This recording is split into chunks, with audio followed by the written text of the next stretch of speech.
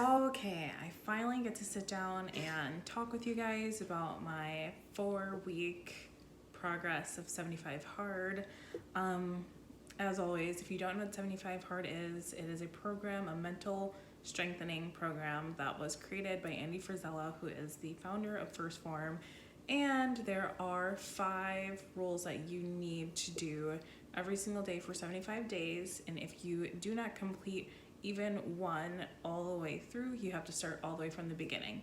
So those would be taking your progress photo, sticking to a diet, working out twice a day, which is 45 minutes for each, and one of those has to be outside, drinking 1 gallon of water a day, and then also reading 10 pages of a non-fictional, usually like a self-help book. And so I'm on day 28. I've been 4 weeks into this, and this is just my update. And so basically, I've noticed a couple of things, but not huge changes. So in the first week, I immediately thought like, oh, this is gonna be so easy. This is so great. I love the way that I'm feeling. And everything is coming pretty easily to me. And I realize now that that's all just from the beginner's adrenaline. I think everybody has that beginner's adrenaline, and for me, it was exciting because I love starting new challenges. But towards maybe the middle of week 2, so maybe like 2.5 weeks into the program, I just started becoming even more tired and less motivated than usual. Mind you, I had that monthly factor that probably made it seem that way, or that had a lot of influence on my mood and my energy for that week. However, I do feel like it also really comes down to what my main excuse has always been and my main struggle has always been, which is I get very bored with nutrition.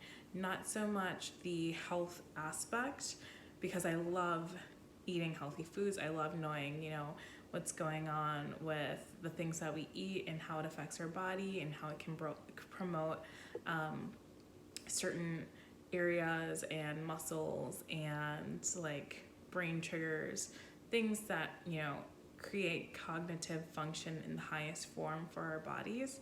However, I'm not a registered dietitian. I'm not a nutritionist. And by the way, I'm gonna make that disclaimer. I'm not a registered dietitian or a nutritionist or a doctor. So if you're thinking about doing 75 Hard, obviously talk to your doctor first and see if it's something that you can actually do, or something that's right for your lifestyle, your body composition at the moment, and all of that. But and also, with not being a registered dietitian or nutritionist, I cannot recommend anything as far as like meal plans, or I'm not suggesting that you eat what I eat. I just eat for my body and whatever I'm hungry for, I guess. So so that's just a little disclaimer. But that was one of my main struggles, is that I'm constantly getting really bored with what I eat, and I'm constantly getting bored with my workouts at the gym. And so because I probably have exhausted the workouts that I was doing, I think I just really became less motivated than I originally was in that first week. So that was one of my main challenges. My second challenge is definitely the gallon of water. So the gallon of water comes very easily to me, honestly, even though I just called it a challenge. But at the same time, and I also found myself, going to bed and then consistently waking up to finish drinking my water before I had to wake up fully for my next shift at 1 a.m. So, I would wake up 9:30 p.m. and I would be chugging like my last 30 ounces of water at my bedside. And that really caused me to have super interrupted sleep patterns because I'm constantly going to pee it out. I'm constantly going to use the restroom, and I'm getting up and like maybe like 2 to 3 times a night, and that's just how it works. So yeah, water intake. Water. If you can, get most of your water intake out, or like in, I should say, when you're working out. Not when you're working out at the gym, but like if you're going on like a leisurely walk outside for your outdoor workout, or if you're just, working at home or you're doing home workouts, definitely get as much of that water in as you possibly can. So one pro that I've noticed with drinking a gallon of water a day is that my skin has actually cleared up a lot. I of course have some blemishes, some scarring, but I know that like if I just keep this up for like as a daily practice of drinking a gallon of water a day, then I know my skin's gonna repair itself. I'm like really not worried about that as far as like whether or not my skin's gonna clear up. My skin's clearing up, and it always seems to bounce back pretty quickly. And with that, I just feel like drinking the water and adding electrolytes. I add electrolytes to my water every time I drink it, because water on its own just lubricates the body. But when you add like lemon or cucumber or mint, something that's going to also give you a boost of energy and hydrate you a little bit more, I've noticed that it also gives me that added benefit of the vitamin C and the other antioxidants involved with lemons or lemon water. So that is my pros and cons right now of what drinking a gallon of water could do to you. But not to mention, just like going back to the con, the bloating. Like the bloating is so unreal. It's very uncomfortable. It's very annoying. But what I noticed is that after week 3, bloating kind of goes away. And for me, I realized that if I was having any more bloating issues, I had to repair my gut most likely. And also it probably had a lot to do with what I was eating. Number two is definitely going to be that right in the beginning, I had to say no to, someone close to me often. And they would always ask me like for favors or like favors at the last minute. And I would just let them know like this is something that I can't do off, at the last minute randomly, spontaneously. So number 2 is that you really don't have time for other people, because for me, like I said, I work 3rd shift. It cuts down my day a lot. It's not the same as working 2nd shift where you go into work at like 2:30 and you get off around 9, or when you go to work at like 9 a.m. and you get off around 5. So I had to work around the fact that I go to bed at 7:30 p.m., 8 p.m., and I wake up around 1 a.m., which isn't even a lot of time to sleep at all. That's actually between like 5.5 hours sleep, which isn't good, and I do not recommend doing that at all. But in order for me to get everything in, that's just my set time for when I can sleep. So going to bed at 7:30 p.m., waking up at 1 a.m. for work, and then being finished with work around 8:30, and trying to get to the gym as early as 9:30 at the latest. It's been 11:30 a.m., which is a lot. That takes a lot of my time from getting other things finished in the day, which at that point, if I'm going to the gym at 11:30 a.m.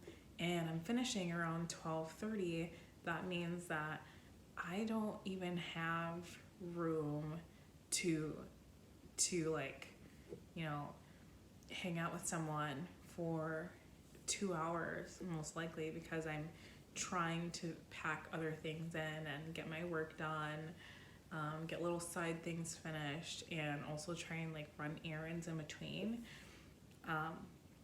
So that's basically like my typical day would be getting off of work at 8:30 a.m., going to the gym around 9:30, latest 11:30, and starting breakfast. Even though I work third shift, I always have to have breakfast right after my workout, because that's just like a given to me. Like, I cannot have lunch right after workout, and because it's morning, I still just want a breakfast meal. And then I'll do what I can in between like 9:30 and 12:30, 1:30. I like to think that I can walk and do my second workout at 1:32.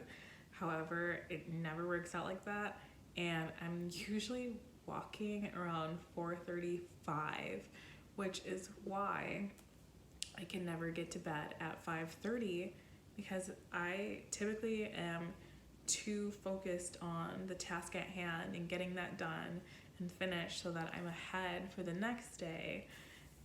And I don't know, if I end up falling asleep and taking a 2-hour nap, I just get pushed back. It just doesn't get done. So that is a con. It's not having enough time to do things or be there for other people when it comes to, you know, running errands for them at the last minute, or, you know, just, I don't know. I just feel like I have to get this done. It has to be at this time.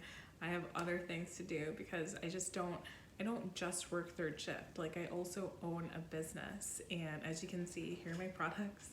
I also own a business, so I have to, you know, make sure that I'm making these products every single day so that they're in stock, and getting packages out to the post office and to UPS before I either go to bed or before they close.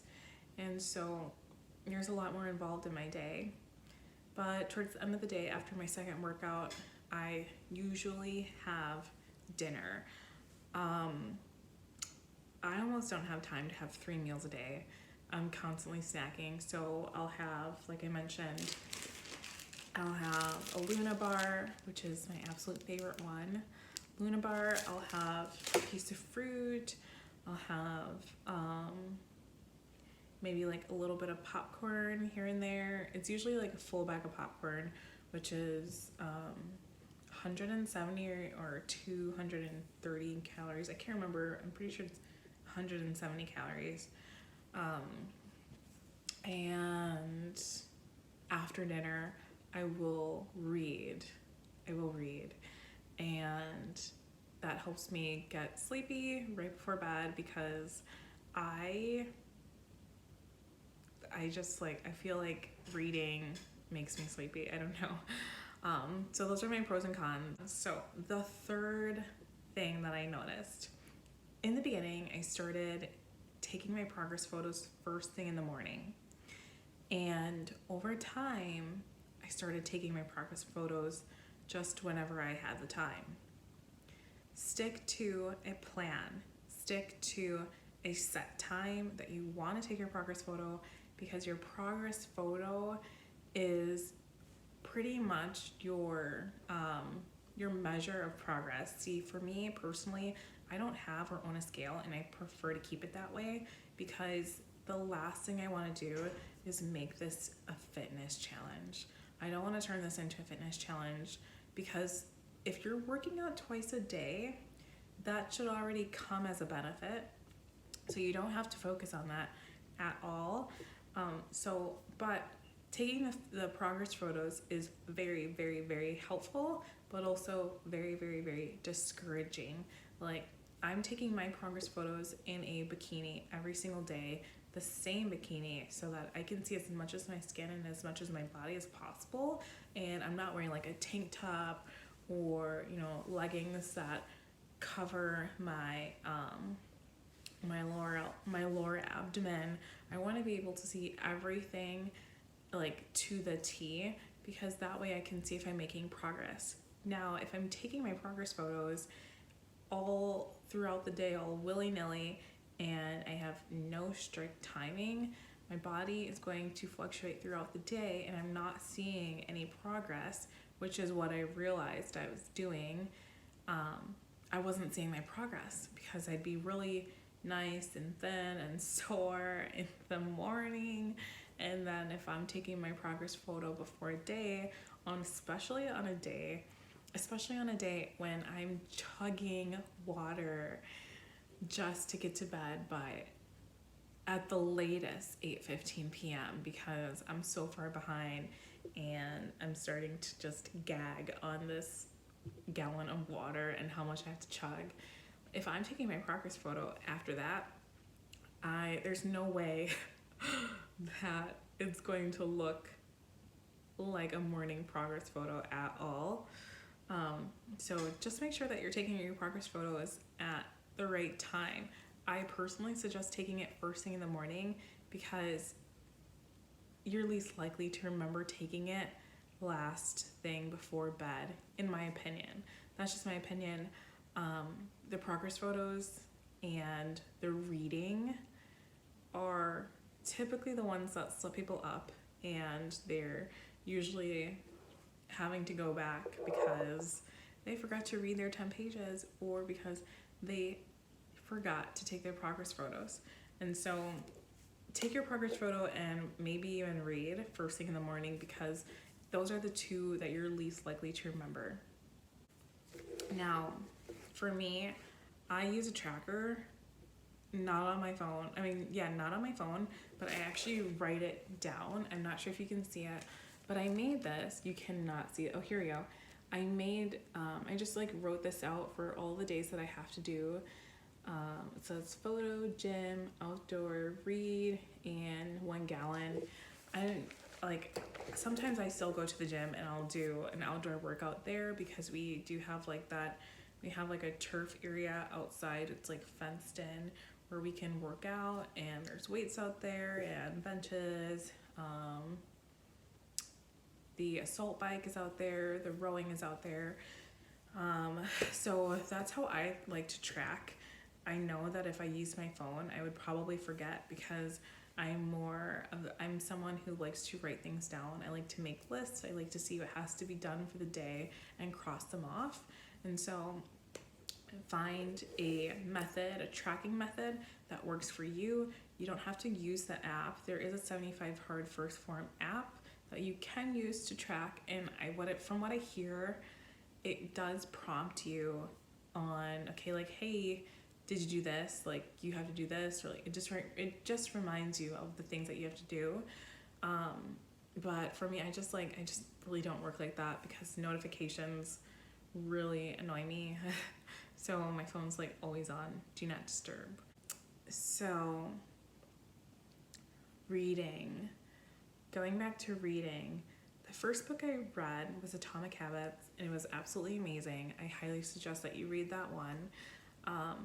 And I'm currently reading You're a Badass with Money by Jen Sincero.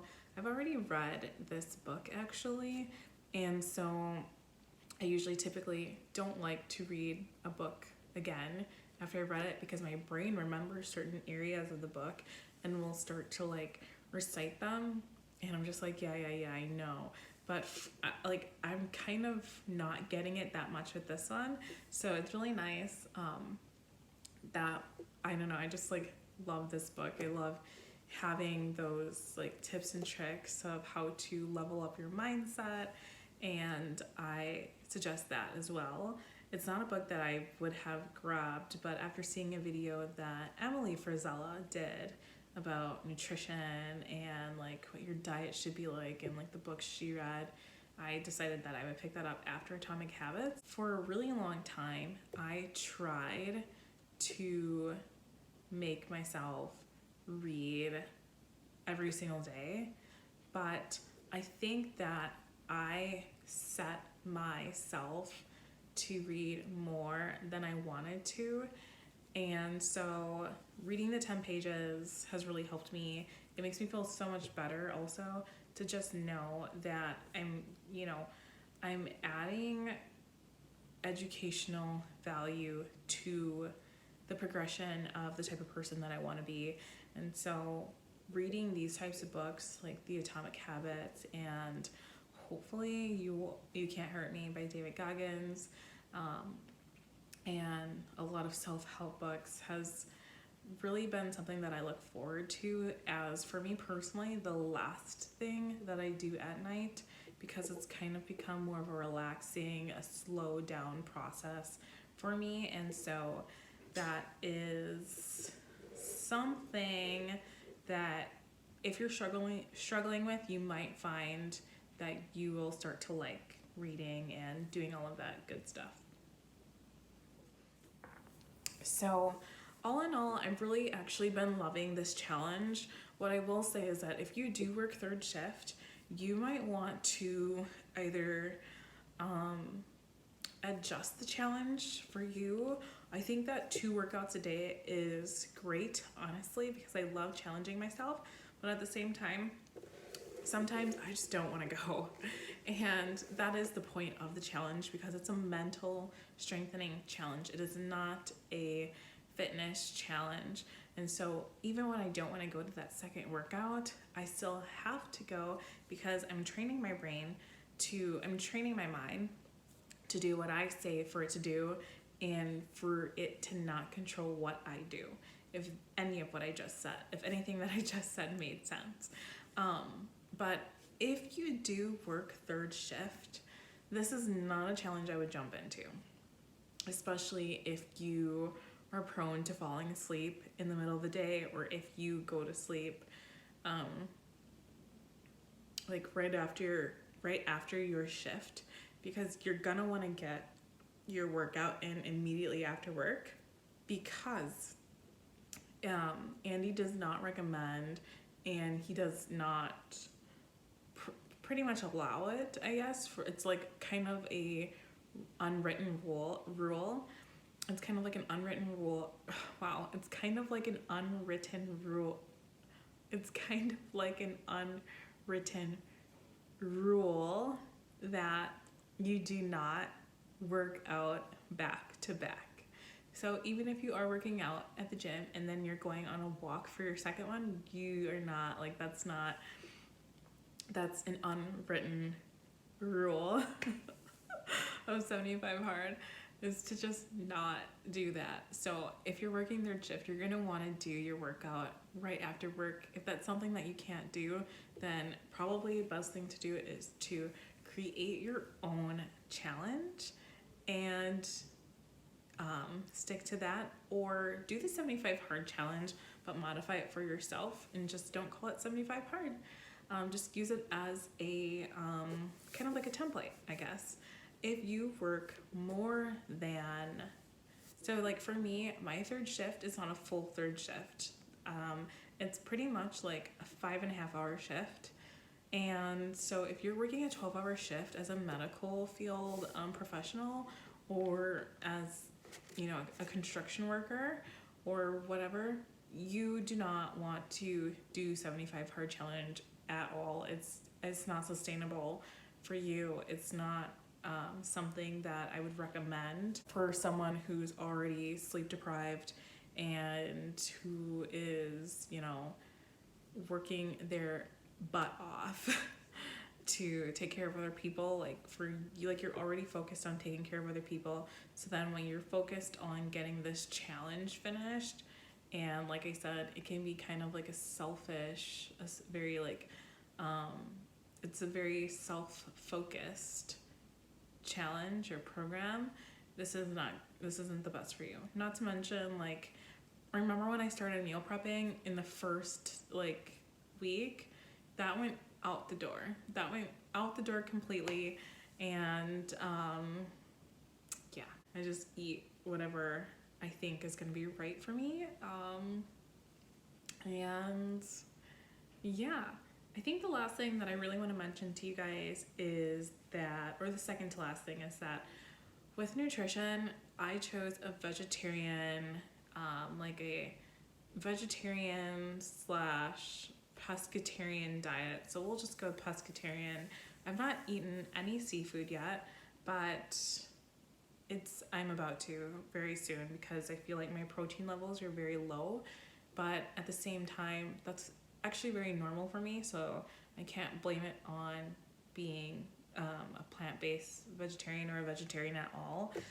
But what I think I'm gonna have to do is start tweaking my diet by refining it. So I'm gonna have to pull back on the like pasta and the oatmeal. I'll probably keep my protein cakes, but at the same time, I'm gonna have to cut back on a lot of the like the bread that I'm eating and the sandwiches. Just really like tone it down on that.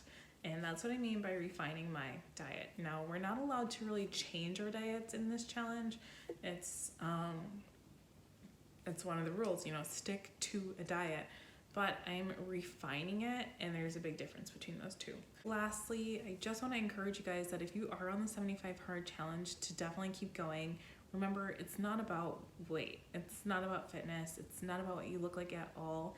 And if you are struggling with making this a mental strengthening challenge, just know that everything that is meant to last takes time, and it's not going to happen very quickly. You know, you're probably going through a ton of 75 hard challenge videos right now, and you know, I just want to encourage you to stay on your path and to stick to your own program. I know it's very discouraging to look at other people's videos and see how well they're doing literally in their first 3 weeks, how much weight they've dropped, and how, you know, amazing their skin might look and how energetic they're feeling. But somebody else's, you know, halfway mark doesn't necessarily mean that it was their beginning mark. And you just really have to stay in your own lane and run your own race. And that is basically it. That's my encouragement for you guys in this video. I don't think I'm gonna be vlogging too often because my days are pretty boring. They're the same every single day. And I had planned to vlog every single day of 75 hard. But yeah, I noticed, like, after the 5th day, how repetitive my days are because I have to get these 5 things done and everything revolves around it. So I will most likely see you guys in the next update, or probably an athletic workout, like an athletic wear haul, because I'm running out of workout clothes too. That's another thing. Laundry, but that's a whole different video. Laundry, you're gonna be doing a ton of laundry. But yeah, you guys, just want to encourage you to keep going, and you can do this. Yes, it can seem hard, but things that are worth it are, like, you'll find something. You will find a reason to keep going. Don't think of it as 75 days. That's another thing I threw out the window immediately. Like, don't think of it as 75 days. This is something that you want to adapt to your lifestyle. It's just, even if it's not working out every single day, twice a day for 45 minutes each, and sticking to a diet and never having a cheat meal and never having alcohol, which I also forgot to mention are rules. No alcohol, no cheat meals. But, you know, not being able to enjoy yourself. You can still enjoy yourself and not have alcohol and not have a cheat meal. But, you know, just all in all, just take your time, take it day by day, and try not to look at it as a countdown. Try not to look at it as a countdown, and you will be okay. I'll see you in the next update, you guys. Bye. Thanks for watching.